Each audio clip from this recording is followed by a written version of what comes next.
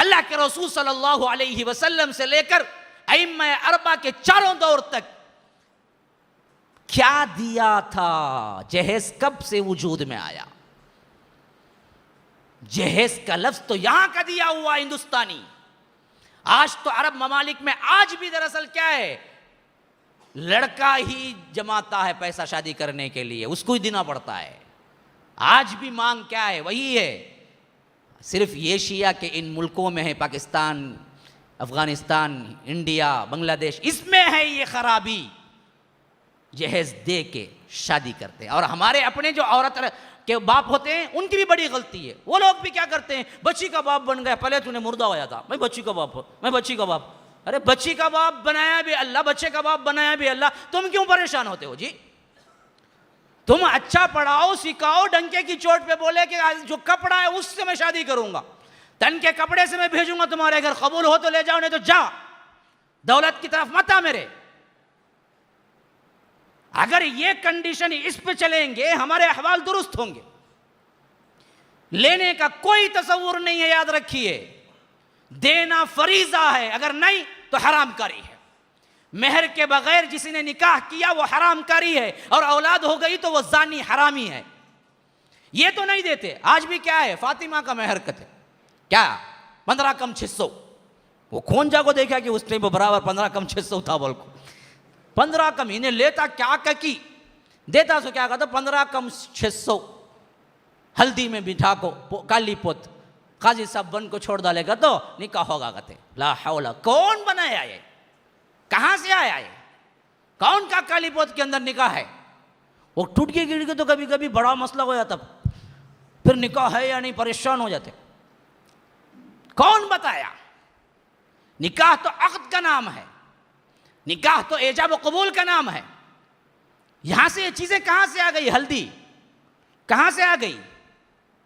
अल्लाह की कसम खा के कहता हूं, अल्लाह के रसूल सल्लल्लाहु अलैहि वसल्लम की जो तालीम थी, उस तालीम में कोई लेने का तसव्वुर नहीं था। आज मैं डंके की चोट पे ऐलान करता हूं।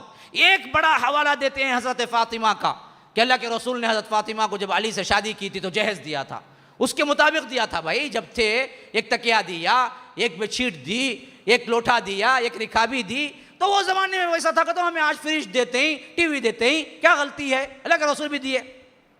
इससे लोग क्या करते हैं, मुगालता देते हैं। सरासर तोहमत है। अल्लाह के रसूल ने बीबी फातिमा रज़ी अल्लाह अन्हा की शादी में एक पैसा भी नहीं दिया, एक पैसा भी नहीं दिया। जब शादी की उम्र को पहुंची, 2 हिजरी के बाद का जमाना था, 3 हिजरी के लगभग बदर हुआ था। उसी वक्त बदर की जंग, तो उस वक्त अल्लाह के रसूल सल्लल्लाहु अलैहि वसल्लम को भी ख्याल था कि शादी कर देनी चाहिए। सबसे आखिरी बेटी थी, शहीदी बेटी थी, तो हजरत अली भी चाहते थे कि ये शादी मुझसे हो जाए, लेकिन बोलने से डरते थे। अल्लाह के रसूल की बेटी को मांगे, उतनी सिकत कहाँ है मेरे हाथ।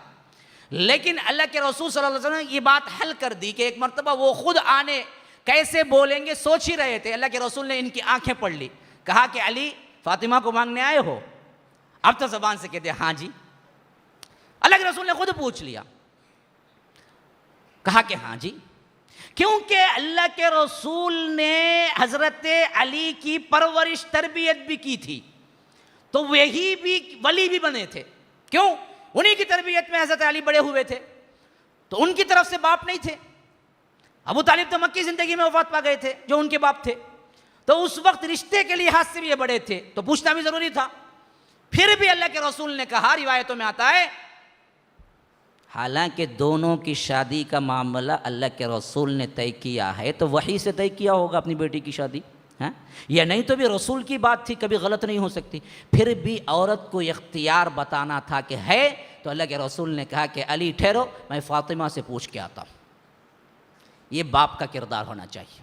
हमारे बाप क्या होते, बाज दकिया नसीहत पुराने ज़माने के, मैं कहीं कुछ जाको बेटी से पूछो, मैं जो बोलता हूँ उससे करना जी उन्हें, नहीं तो होता जो उसे कत्ल कर डालूंगा मैं। ये कहीं का भाई जल्लापा, वो भी एक जान है, उसकी भी अपनी ख्वाहिशें हैं, उसे भी अल्लाह तबारक व तआला अहमियत दी है। कोई बाप मर्जी के खिलाफ पूछे बगैर नहीं करना है। जैसे औरत बाप के बगैर नहीं कर सकती, वैसे ही इस्लाम ने रखा है कि बाप औरत से पूछे बगैर ना करे। और अल्लाह के रसूल ने फरमाया, अगर शादीशुदा हो कि दूसरी शादी हो रही है तो वो ज़ुबान से हाँ कहना, अगर उसकी पहली शादी हो रही है तो उसको भी पूछ लेना। सहाबा ने कहा कि अल्लाह के रसूल, वो तो शर्माई हुई होगी, और बाप जाके पूछे कि बेटी तेरी शादी मैं कर रहा हूँ, तुझे कबूल है, तो वो क्या बोलेगी, छोटी बच्ची कंवारी कैसे शर्माएगी ना। कहा कि उसकी खामोशी ही इजाज़त है, खामोशी इजाज़त है। आज के बच्चा नहीं, वो पुराने ज़माने की बोलता हूँ समय। हाँ लेकिन उस वक्त भी क्या है, बता दिया अल्लाह के रसूल ने, ऐसे अगर शर्म करने वाले हैं तो भी खामोशी इजाज़त है उनकी। लेकिन अगर वो शादीशुदा है तो बराबर ज़ुबान खोल के बोलना कि मुझे कबूल है, तब कहीं जाके शादी होगी। तो इनसे इजाज़त लेना बहुत ज़रूरी है। और आए फिर वापस, कहा अली क्या रखा है मेहर के वास्ते? क्या लगा, कुछ नहीं है मेरे पास, मैं तो खाली हूँ, आप ही के तो परवरदा हूँ, आप ही ने तरबियत की, मेरे पास है क्या? आपके घर में रहता हूँ, आपके साथ परवरिश की है। अब अल्लाह के रसूल ने खुद याद दिलाई, अली वो जो बदर के मैदान में तुम्हें एक ज़िरा मिली थी ना, ज़िरा जो लोहे का कोट होता है जंग के बचाव के लिए, उसे ज़िरा कहते हैं, तो वो क्या हुआ? कहा कि अल्लाह के रसूल वो तो है, लेकिन वो तो जंग का लिबास है, उसके बारे में क्या सोचूं? कहा कि देखो ऐसा करो, जाओ जाके इसको बेच के आ जाओ, कुछ पैसे मिलेंगे तो मेहर बनेगा। अब ये लेके निकले, ये लेके निकले तो रास्ते में हज़रत उस्मान मिल गए, वो बड़े गनी थे उस वक्त। और पूछा कहाँ जा रहे हो? कहा कि शादी का फ़ैसला हुआ लेकिन मेरे पास मेहर को कुछ नहीं है, तो मैं ये ज़रा बेचने के लिए निकला हूँ। कहा कि अच्छा कितने में देते हो? कीमत लगाई, 470 480 दिरहम कुछ मिले। तो उन्होंने क्या किया, सीधा ले आके अल्लाह के रसूल के पास दे दिया, लो जी फ़ातिमा का मेहर। अब अल्लाह के रसूल ने कहा कि अली इस मेहर में से कुछ तो मैं रख लेता हूँ, कुछ में जाओ एक चटाई ख़रीदो, 2 तकिए ख़रीद लो, एक लोटा ख़रीद लो, एक रिखा भी ख़रीद लो, जो ज़रूरत का सामान है वो ख़रीद लो। उनके मेहर से निकाल के उनको दिया। और वो भी उस ज़माने के लिहाज से 480 दिरहम की वैल्यू आज अगर देखेंगे तो तकरीबन 50,000 बनती है। हमें बोलते 15 का 600 कहते फातिमा का मेहर, क्या कहते 15 कम 600 कहते बराबर। वो कैसे जाओगे ना पे? अगर हम देखें 480 दिरहम पे ज़रा बेची और ये ला जाकर अल्लाह के रसूल के पास दिया और अल्लाह के रसूल ने मेहर के तौर पे कबूल किया, तो मालूम होता है 480 दिरहम आज का कैलकुलेशन किया जाए तकरीबन 3 ग्राम चांदी 1 दिरहम है, 3 ग्राम से ऊपर है एक चांदी का दिरहम। वैसे 480 दिरहम कैलकुलेशन करें और चांदी की 1 ग्राम की कीमत आज क्या है कैलकुलेशन करें, तकरीबन 50,000 रुपये के करीब आएगी जो उन्होंने मेहर दिया उस वक्त हजरत फातिमा को।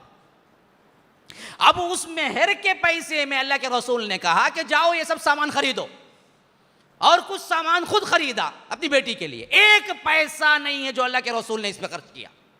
इसके बाद जब आए वो कहा कि अली बैठो, चंद लोगों को बुलाओ, जो साथ में जा रहे थे ना उन सबको बुलाया, निकाह पढ़वा दिया, बस खत्म।